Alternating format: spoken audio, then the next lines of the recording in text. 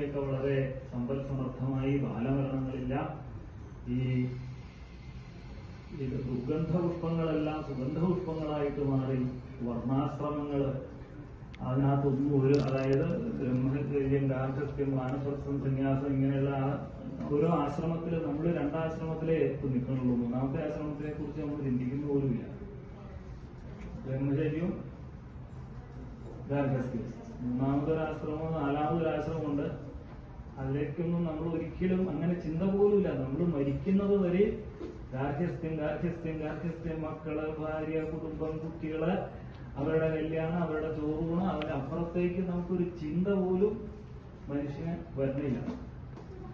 അപ്പൊ അങ്ങനെ വർണ്ണാശ്രമങ്ങളെല്ലാം വേണ്ട പോലെ സംരക്ഷിച്ച് യാതൊരു തരത്തിലും ഇന്ദ്രിയ നിഗ്രഹം, ഇന്ദ്രിയങ്ങളും പഞ്ചേന്ദ്രിയങ്ങളും കർമ്മേന്ദ്രിയങ്ങളും ജ്ഞാനേന്ദ്രിയങ്ങളെ എല്ലാം അടക്കി വേണ്ട പോലെ എല്ലാവരും അച്ഛൻ മക്കളെ നോക്കുന്നത് പോലെ രാമൻ പ്രജകളെ സംരക്ഷിച്ചിരുന്നു.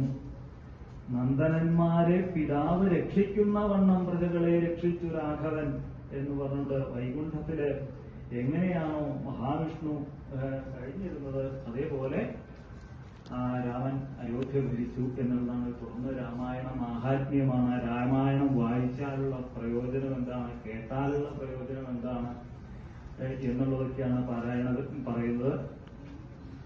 അധ്യാത്മരാമായണമിതം എത്രയും ഉത്തമം, അധ്യാത്മരാമായണമിതമെത്രയും അത്യുത്തമോത്തമം, മൃത്യുഞ്ജയ പ്രോക്തം അധ്യയനം ചെയ്യിൽ മർത്യജന്മികൾക്കെല്ലാം മുക്തി സിദ്ധിക്കും, അതില്ല സംശയം.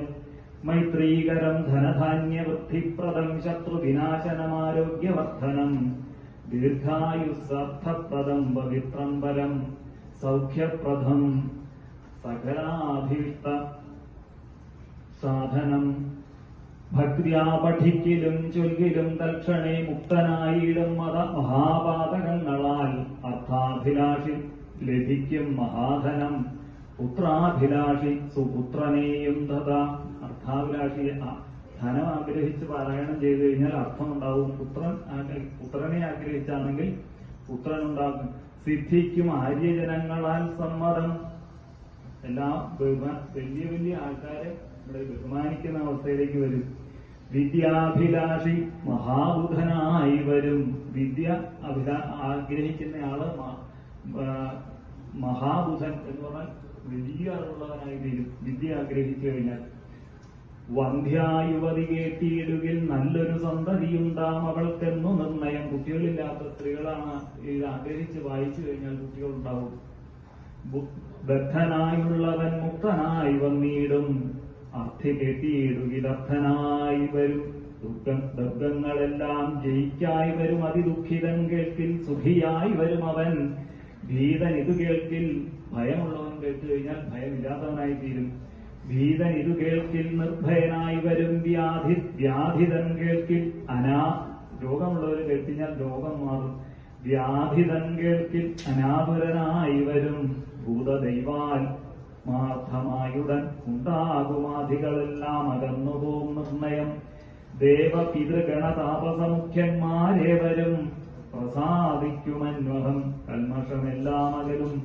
അതേയല്ല ധർമാർത്ഥ കാമമോക്ഷങ്ങൾ സാധിച്ചിടും. അധ്യാത്മരാമായണം പരമേശ്വരൻ അത്രിസുതയ്ക്ക് ഉപദേശിച്ചിതാതരാൽ നിത്യവും ശുദ്ധബുദ്ധ്യാ ഗുരുഭക്തി പൂണ്ടധ്യയനം ചെയ്യിലും മുതാ കേൾക്കിലും. ഇത് നിത്യവും ശുദ്ധമായ മനസ്സോടെ ഗുരുഭക്തിയോടെ അധ്യയനം ചെയ്യലും കേട്ടാലും മതി. ഇത് സിദ്ധിക്കും എല്ലാം അഭീഷ്ടങ്ങൾ. ഇങ്ങനെ ബദ്ധമോദം പരമാർത്ഥം ഇതൊക്കവേ ഭക്തിയാ പറഞ്ഞടങ്ങി കിളിപ്പൈതലും ചിത്തം തെളിഞ്ഞു കേട്ടു മഹാലോകരും. ചിത്തം തെളിഞ്ഞ മഹാലോകര് കേട്ടു, നമ്മളും കേട്ടു. എല്ലാം നമ്മുടെ എല്ലാവരുടെയും. ഇത്യധ്യാത്മരാമായണേ ഉമാമഹേശ്വര സംവാദേ യുദ്ധകാണ്ഡം സമാപ്തം.